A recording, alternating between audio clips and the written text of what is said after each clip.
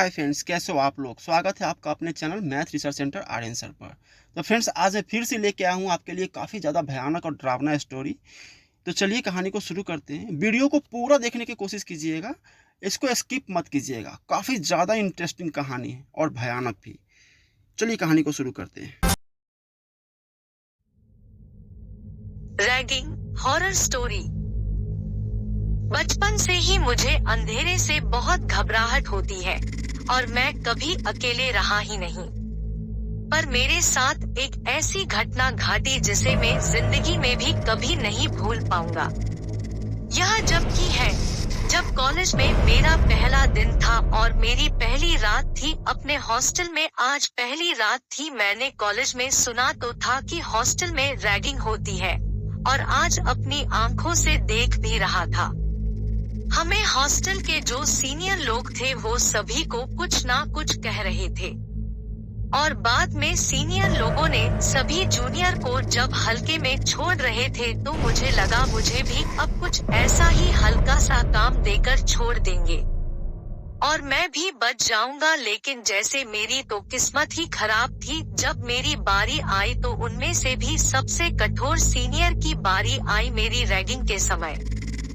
और उसने मुझे वही कहा जिसका मुझे डर था। उसने कहा, हॉस्टल के सामने वाले जंगल में जो कटहल का पेड़ है वहाँ से तुम्हें 4 कटहल तोड़कर लाने हैं। सब जानते थे हॉस्टल के सामने वाला जंगल कितना खतरनाक है। उस जंगल को देहरादून का सबसे भयानक जंगल भी कह सकते हैं।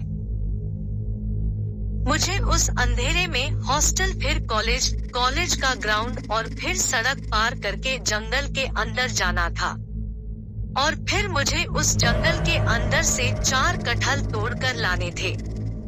लेकिन यह बात तो तय थी, चाहे मुझे जितना भी डर लगता हो अंधेरे से, लेकिन जो चीज मैंने ठान ली तो बस ठान ली, फिर उसे करना है चाहे कुछ भी। किसी चीज की परवाह नहीं होती। उसके बाद मैं जैसे ही जाने को तैयार हुआ तब मुझे सीनियर के अलावा सब लोग रोक रहे थे और सभी जूनियर और हॉस्टल के स्टूडेंट कह रहे थे वह जंगल बहुत खतरनाक है, उस जंगल में जाना ठीक नहीं है। तुम इन लोगों की कंप्लेंट कर दो, लेकिन उस जंगल में जाना ठीक नहीं है इतनी रात को, क्योंकि वहाँ जो जाता है उसका जिंदा आना भी मुश्किल ही होता है। वो सभी स्टूडेंट इस तरह की बातें कर रहे थे। तब मैंने भी कहा अब मैं जरूर जाऊंगा और कटहल भी लेकर आऊंगा। इतना बोलकर मैं जाने तो लगा, पर मैं जैसे जैसे हॉस्टल से बाहर जा रहा था वैसे वैसे मैं यही सोच रहा था किस मनुष्य घड़ी में इन राक्षसों से पाला पड़ गया मेरा। लेकिन जैसे जैसे मैं हॉस्टल से बाहर जा रहा था वैसे वैसे अब रोशनी और लोगों की आवाज धीरे धीरे कम हो रही थी और फिर उसके बाद मैं सड़क पार करके थोड़ी ही देर में जंगल की तरफ चला आया। जंगल बहुत बड़ा था। रोड के उस तरफ कॉलेज और हॉस्टल था तो दूसरी तरफ बस जंगल ही जंगल। अब मैं यही देख रहा था कि इस जंगल के अंदर जाने का रास्ता कहाँ से है। तभी मेरी नजर सामने एक पतले से रास्ते पर पड़ी जो उस भयानक और से बड़े जंगल के अंदर को जा रहा था। उसके बाद मैं उस रास्ते से होते हुए जंगल के अंदर को जाने लगा और चलते चलते मैं बस यही सोच रहा था पता नहीं अब कितनी दूर होगा वो कटहल का पेड़। रात को कभी भी पेड़ में से कोई चीज तोड़नी नहीं चाहिए, लेकिन इन राक्षस सीनियरों की वजह से अब मुझे ये काम करना पड़ रहा था। मैं जंगल के अंदर जा ही रहा था और यह भयानक जंगल घनघोर अंधेरा और ऊपर से बरसात का मौसम था और अजीब तरह की आवाजें भी आ रही थी। पूरे जंगल से झींगुर और मेढक की आवाज तो आ ही रही थी, पता नहीं कौन कौन और किस किस किस्म के जीवों की आवाज भी सुनाई दे रही थी। जंगल में हर जगह बरसात का पानी भरा हुआ था, मानो जहाँ पैर रखो वही कीचड़ हो। खैर मैंने भी ये सोचा था कि कटहल तोड़कर ही वापस जाऊंगा। अब सच बताऊं तो उस घनघोर अंधेरे और खतरनाक जंगल में डर तो बहुत लग रहा था, इसलिए मैंने अपने कदम तेजी तेजी बढ़ाना शुरू करे। मैं तेज तेज चल रहा था, इसलिए कभी कभी जंगल में भरे पानी में भी पैर पड़ जा रहा था और किसी गड्ढे में पैर जैसे ही जाता तो ऐसा लगता जैसे कोई अंदर ही ना खींच ले, क्योंकि मुझे डर बहुत लग रहा था। इसलिए मैं तेजी से चल ही रहा था, तभी ऐसा लगा कोई बड़ी तेजी से मेरे आगे से भाग कर निकल गया हो। मैंने टॉर्च मारी तो वहाँ 2 जंगली कुत्ते थे। उसके बाद मैंने एक राहत की सांस ली और मैं यही सोचते हुए जंगल के ओर अंदर जा रहा था। मैं सोच रहा था पता नहीं कहाँ है ये कटहल का पेड़। तभी मेरे पैर में कुछ फंस गया और मैं बड़ी तेज से नीचे गिरा और नीचे गिरते ही मेरा मुंह गड्ढे में भरे पानी में चला गया। मैंने अपने आप को संभालते हुए ऊपर उठने की कोशिश करी तो मैंने देखा मेरे पैर में कोई चीज फंस रखा है और मेरे पैरों को ऐसा लग रहा था जैसे कुछ बड़ी जोर से काट रहा है।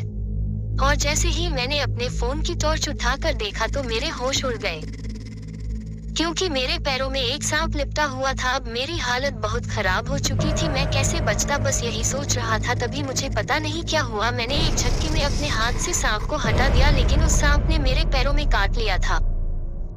पता नहीं ये सांप जहरीला था या कैसा। अब मेरा मन भी कर रहा था कि मैं वापस भाग जाऊं, मुझे नहीं ले जाना कटहल वटल, लेकिन मैं भी जिद्दी तो था। मैंने फिर अपने आप को कहा चाहे आज इस जंगल में मेरी जान ही क्यों ना चली जाए, हार नहीं मानूंगा। मेरे पैर में दर्द भी बहुत हो रहा था क्योंकि सांप ने काट रखा था, लेकिन फिर भी मैं जंगल के अंदर की ओर चल दिया।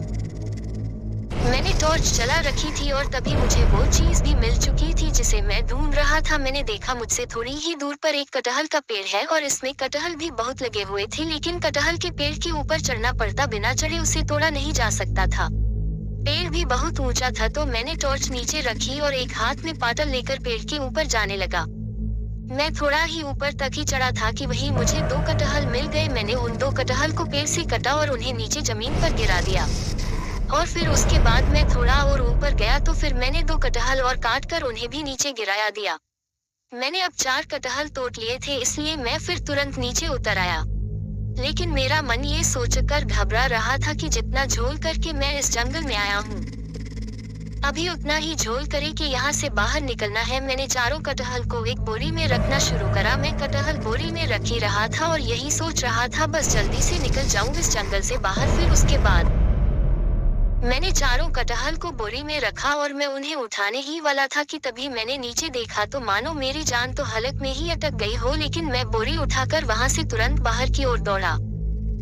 मैं अभी जरा सा ही आगे गया होगा तभी मुझे याद आया कि मैं हड़बड़ी के चक्कर में मैं अपनी टॉर्च तो वही छोड़ आया हूँ। मैंने आप देखा ना, तब मैं तुरंत पीछे की ओर भागा अपनी टॉर्च लेने, और फिर उसके बाद मैंने तुरंत अपनी टॉर्च उठाई और टॉर्च लेकर तुरंत जंगल से बाहर को भागने लगा। लेकिन तभी मैंने टॉर्च की रोशनी में जो देखा उससे तो मेरे होश ही उड़ गए और मेरी रगों में चलता हुआ खून मानो थम सा गया हो। लेकिन मैंने भी कहा जिंदा तो बचना है, इसलिए एक हाथ में टॉर्च और पाटल और दूसरे हाथ के सहारे कंधे पर कटहल की बोरी लेकर अपनी पूरी रफ्तार से जंगल से बाहर भागना शुरू कर दिया। जंगल में मेढक, झींगुर, कुत्ते और ना जाने कौन कौन से जानवरों की आवाज भयानक भयानक किस्म से होती रही, लेकिन मैंने किसी चीज पर ध्यान नहीं दिया और अपनी पूरी जान लगाकर मैं भागता रहा। भागते भागते मैंने देखा मैं जंगल से अब बाहर सड़क पर निकल आया हूँ। उसके बाद मुझे थोड़ी राहत तो मिली, लेकिन मैं सीधा हॉस्टल जाकर ही रुका और वहाँ जाकर सीनियर को ढूंढकर उसके सामने कटहल की बोरी पटकी और उसको पूरी बात बताई जिस सीनियर ने मुझे जंगल में भेजा था। उसने पूरी बात सुनी और मुझसे कहा, बेटा किस गांव के हो? जिगरा तो बहुत है तुम में। उसकी बात सुनकर मैंने कहा, जिगरा तो है क्योंकि हम बाराबंकी जिले के हैं। फिर उसने कहा, बाराबंकी यार, पहले क्यों नहीं बताया, हम भी तो वहीं के हैं। फिर सीनियर ने अपनी बात जारी रखते हुए कहा, वैसे क्या नाम है तुम्हारा? मैंने उसको जवाब देते हुए कहा, सूर्य प्रताप सिंह मेरा नाम। सुनकर सीनियर ने मुस्कुराते हुए कहा, यार बहुत बड़ी गलती हो गई तुमको, हमने इतनी खतरनाक जगह भेज दिया। तुम तो हमारे ही जिले के और हमारे ही बिरादरी के हो। हमारा नाम भानु प्रताप सिंह है। लेकिन उस सीनियर की बात सुनकर मेरा मन तो कर रहा था इस सीनियर के कान पर एक खींच के तमाचा लगा दूं। फिर मैंने भी सोचा, अरे छोड़ो, 4 साल हॉस्टल में रहना है, सीनियर के साथ मिलकर रहेंगे तो अपनी भी दादागिरी चलती ही रहेगी और हम भी बचे रहेंगे।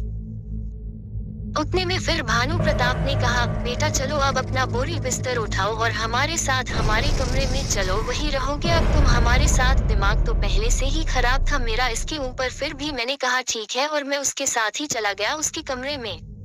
हम लोग कमरे के अंदर जाते ही हमने दरवाजा बंद किया ही था कि तभी कोई बड़ी जोर जोर दरवाजा खटखटाने लगा। वो सीनियर दरवाजा खोलने को उठा तो पता नहीं मुझे क्या हुआ, मैंने उसे कहा, दरवाजा खोलोगे तो मारे जाओगे, पर वो मना नहीं। उसका नाम भानु प्रताप सिंह था और जब बात इज्जत की हो तो वो मरने से भी नहीं डरता। वो उठकर गया और अंदर रखी एक लोहे की रॉड हाथ में लेकर एक झटके में उसने दरवाजा खोला और पीछे मुड़कर उसने सूर्य प्रताप सिंह पर चिल्लाते हुए कहा, अरे डरपोक, तुम इससे डर रहे थे? मैं जानता था ये रघु ही होगा, तुमको डराने के लिए इसने ऐसा करा होगा। हाँ, तुम ठाकुर खानदान के लौंडे होकर भी डरते हो। भानु प्रताप की बात खत्म होते ही रघु ने कहा, कोई भूत नहीं है यहाँ पर, ठीक है, और मैं जा रहा हूँ सोने, तुम रखवाली करो कमरे की। इतना बोलकर रघु वहाँ से चला गया। भानु प्रताप ने सूर्य प्रताप से कहा, और एक बात और सुनो बेटा, भानु प्रताप सिंह को अगर कोई मारने आएगा ना, इतनी औकात तो उसकी होगी नहीं कि वो दरवाजा खटखटा कर आए पीछे से, भले ही कोई वार करे तो बात अलग है। इतना बोलकर वो बिस्तर पर लेट गया। लेकिन सूर्य प्रताप को नींद तो आने वाली थी नहीं, क्योंकि जंगल में कटहल के पेड़ के पास जो उसने देखा था, नींद तो उसकी वही सोचकर उड़ गई थी। और वो पलंग पर बैठे बैठे बस यही सब सोच ही रहा था कि तभी एक बार फिर से कोई दरवाजा खटखटा रहा था। अब की बार भी आवाज बहुत जोर आ रही थी। इस बार सूर्य प्रताप खुद उठा दरवाजा खोलने के लिए और पीछे देखा तो भानु भी उठ गया था। तभी उसे भानु से कहा, सर परेशान मत हो, ये इतने भी डरपोक नहीं है, हमारी रगों में भी ठाकुर खानदान का खून दौड़ रहा है, अब मैं देखता हूँ आखिर है कौन। इतना बोलकर सूर्य प्रताप ने दरवाजा खुला, लेकिन दरवाजा खुलते ही वो चौंक गया, क्योंकि आसपास तो कोई होना चाहिए था पर वहाँ कोई नहीं था। सूर्य प्रताप बाहर निकला और लाइट जलाकर देखने की कोशिश करने लगा, लेकिन कमरे के आसपास कोई नहीं था। रात के अंधेरे में सूर्य प्रताप यही सोच रहा था, अगर कोई भागकर भी जाता तो उसकी आवाज तो आती, लेकिन ऐसा कुछ भी नहीं था। और कमरे के अंदर भानु गुस्से में लाल हुआ पड़ा था और बस यही सोच रहा था, कोई भी है, सुबह हो जाने दो फिर बताते हैं उसको किससे पंगा ले रहा है वो। भानु तो सुबह के इंतजार में बैठा हुआ था और सूर्य प्रताप कमरे के बाहर पता लगा रहा था कि कौन है वो। तभी कमरे के अंदर भानु प्रताप के बगल में सूर्य प्रताप के पलंग पर से किसी ने कहा, खटखटाना तो एक बहाना है सर, हम तो जब चाहे तब आ सकते हैं, कहीं भी मकसद तो आपको डराना है अभी। भानु इस आवाज को बहुत अच्छी तरह से पहचानता था, पर यह कैसे हो सकता है, ये तो मुमकिन ही नहीं है। इसलिए भानु प्रताप कपकपाता हुआ पीछे पलटा तो भानु प्रताप के होश उड़ गए। भानु प्रताप जो इतनी बड़ी बड़ी बातें करता था, आज उसकी हालत खराब हो गई। वो पूरी तरह से डर गया, क्योंकि उसने देखा सूर्य प्रताप के बिस्तर पर एक और सूर्य प्रताप बैठा हुआ था।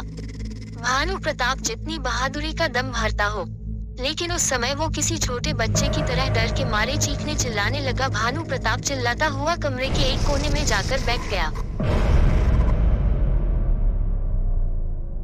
और तभी बाहर से भागता हुआ सूर्य प्रताप सिंह आया। उसने कहा, क्या हुआ सर क्या हुआ, आप ठीक तो हो सर, आप चीखे क्यों, बाहर कोई नहीं है सर, कोई नहीं है, मैं बाहर हर जगह देख कर आ गया हूँ, अब आप सुबह जब सबकी वोट लगाएंगे ना तभी पता चलेगा। पर इन सब बातों का भानु पर कोई भी असर नहीं हो रहा था और वह डरता हुआ गुस्से में सूर्य प्रताप से बोला, चुप, बिल्कुल चुप, भाग यहाँ से तू, और मैं भी एक पल भी नहीं रुकूंगा। इतना बोलकर भानु प्रताप ने सूर्य प्रताप का हाथ पकड़ा और कमरे से बाहर भागने लगा। लेकिन भानु प्रताप के होश एक बार फिर उड़ गए, क्योंकि उसने देखा जैसे बाहर निकले वैसे ही दरवाजा अपने आप बंद हो रहा था, और बंद होते दरवाजे से साफ साफ दिख रहा था सूर्य प्रताप वाले बिस्तर पर एक दूसरा सूर्य प्रताप बैठा हुआ मुस्कुरा रहा था, और धीरे धीरे दरवाजा पूरी तरह से बंद हो गया।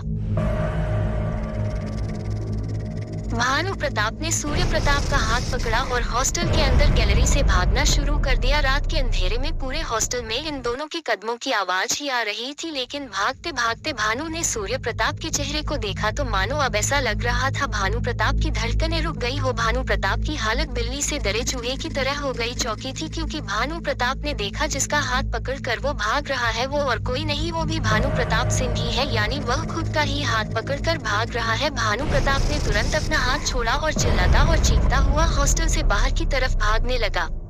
भानु प्रताप सिंह अपनी पूरी स्पीड से कूदता फनता भाग रहा था। भानु हॉस्टल की चौथी मंजिल से भागता हुआ सबसे नीचे आकर सीढ़ियों पर ही बैठ गया। भानु बहुत ज्यादा घबरा रखा था और यही सोच रहा था, ये कैसे हो सकता है, पहले मुझे वो दो सूर्य प्रताप दिखे और मैं सूर्य प्रताप सिंह का हाथ पकड़कर भाग रहा था, तभी अचानक उसकी शक्ल मेरी जैसे कैसे हो गई, क्या हो रहा है मेरे साथ, यह सब सोचता हुआ भानु प्रताप बैठा हुआ था। और तभी भानु उठा और बगल में पानी की टंकी रखी हुई थी। भानु प्रताप गया और अपनी आंखों पर पानी के छींटे मारने लगा और सोच रहा था कहीं मैं नींद में तो नहीं हूँ, लेकिन भानु प्रताप अपने पूरे होशो हवास में था। फिर भानु प्रताप सीढ़ियों पर फिर बैठ गया और सोच रहा था, क्या है ये, क्यों हो रहा मेरे साथ। इसी उधेड़बुन में खोया हुआ था। जो सारे कॉलेज के लिए सर दर्द था, आज उसी की हालत खराब हुई पड़ी थी। तभी उसने सुना किसी के कदमों की आवाज आ रही है और कोई सीढ़ियां उतरकर नीचे ही आ रहा है। भानु सोच रहा था कौन होगा, तभी किसी ने आवाज मारी, सर आप यहाँ बैठे हो, मैं पूरे हॉस्टल में आपको ढूंढ रहा था। ये आवाज सुनकर भानु प्रताप समझ तो चुका था कि कौन है और डरते हुए उसने पीछे देखा तो पाया कि पीछे सूर्य प्रताप सिंह ही खड़ा हुआ है। लेकिन भानु प्रताप पूरी जान से चिल्लाया, चीखता हुआ बोला, क्या हुआ तुमको, क्यों मेरा पीछा कर रहे हो, तुम अभी भाग जाओ यहाँ से, नहीं तो अच्छा नहीं होगा। उसके बाद भानु दांत पीसते हुए बोला, भाग यहाँ से जल्दी। भानु की बात सुनकर सूर्य प्रताप ने थोड़ा मुस्कुराते हुए कहा, अरे सर, ठाकुर खानदान के होने के बावजूद इतना डरते हो, कहाँ गई तुम्हारी ठाकुराई? बातें तो बहुत बहादुरी वाली किया करते थे, डर के मारे कमरे से भागकर यहाँ नीचे सीढ़ियों पर क्यों बैठे हो? मुझे भी अपने साथ कमरे से भगा कर ला रहे थे, अचानक मेरा हाथ छोड़कर काहे नीचे भाग लिए? मैं पूरे हॉस्टल में तुमको ढूंढ रहा था, क्या हो गया सर? इतना कहा सूर्य प्रताप ने और भानु उसको बस एकटक देख रहा था। लेकिन सूर्य प्रताप ने अब की बार भानु का हाथ पकड़ा और कहा, चलो सर कमरे में जाकर सो जाओ, तभी चैन आएगा आपको शायद। पर कमरे में जो दिखा उसके बाद तो भानु की हिम्मत हो नहीं रही थी वहां जाने की, और अभी आते वक्त गैलरी में भी जो कुछ भी हुआ उसे भी भानु अपना वहम तो मानने को तैयार नहीं था। इसलिए भानु ने कहा, तुमको जहां जाना है चले जाओ, लेकिन मैं कहीं नहीं जाऊंगा। इतना कहा ही था भानु ने कि भानु के फोन की घंटी बजने लगी। भानु ने तुरंत जेब से फोन निकाल कर रिसीव करा तो उधर से आने वाली आवाज सुनकर भानु के होश ही उड़ गए।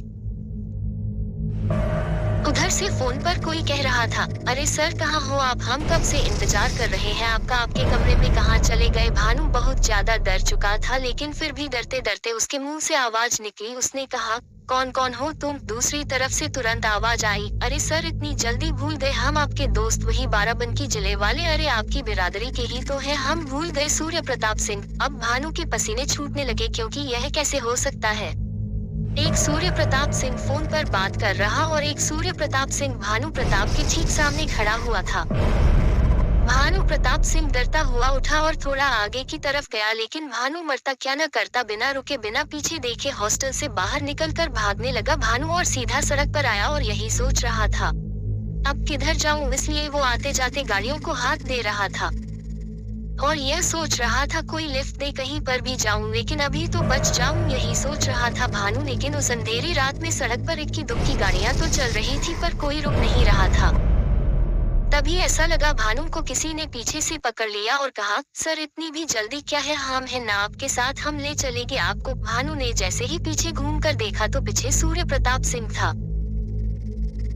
अब भानु रोने लगा और उसने रोते हुए ही कहा, मैंने क्या किया है, छोड़ दो मुझे, मुझे क्यों परेशान कर रहे हो तुम? गिड़गिड़ा रहा था भानु, लेकिन सूर्य प्रताप ने कहा, नहीं सर आपको कैसे छोड़ सकता हूँ, आप तो हमारे ही जिले के हैं और हमारे ही बिरादरी के हैं, हमारे दोस्त भी बन चुके हैं। इतना बोलकर सूर्य प्रताप भानु को घसीटना हुआ जंगल की तरफ ले जा रहा था और भानु रो रो कर कह रहा था, छोड़ दो मुझे, छोड़ दो, लेकिन सूर्य प्रताप पर इसका कोई असर नहीं हो रहा था। वो उसको घसीटा हुआ जंगल के अंदर ले जा रहा था।